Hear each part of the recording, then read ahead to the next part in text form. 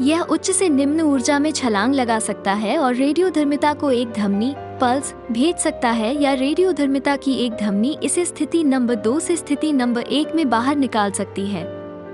सूक्ष्मदर्शीय प्रणाली में इस प्रकार के परिवर्तन सामान्य होते हैं। यदि यह सूक्ष्मदर्शीय स्तर पर घटित हो तो क्या होगा? राजेंद्र ने कहा, मुझे आपकी बात समझ में आ गई। आप ये कहना चाह रहे हैं कि मैंने एक दुनिया से दूसरी दुनिया में और फिर वापस आकर परिवर्तन कर लिया? गंगाधर पंत ने कहा, भले ही यह अद्भुत लगे, यह मात्र एक स्पष्टीकरण है जो मैं दे सकता हूँ।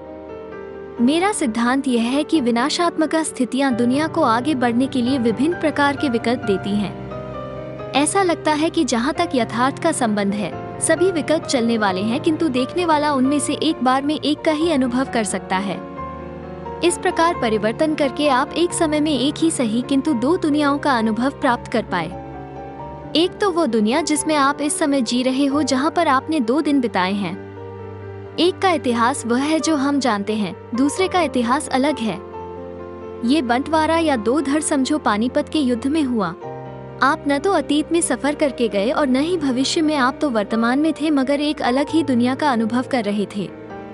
निश्चित रूप से इसी पैमाने पर और भी कई सारी अलग अलग दुनिया होगी, जो अलग अलग समयों पर बंटने से पैदा हुई होगी।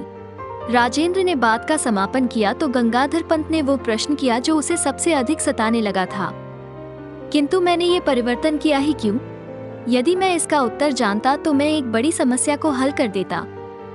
दुर्भाग्य से विज्ञान में बहुत से अनसुलझे प्रश्न हैं और यह उनमें से एक है, किंतु यह मुझे अनुमान लगाते रहने से नहीं रोक सकता। राजेंद्र ने मुस्कुराते हुए कहा और आगे कहने लगा, एक परिवर्तन के लिए तुम्हें किसी अंतःक्रिया की जरूरत होती है।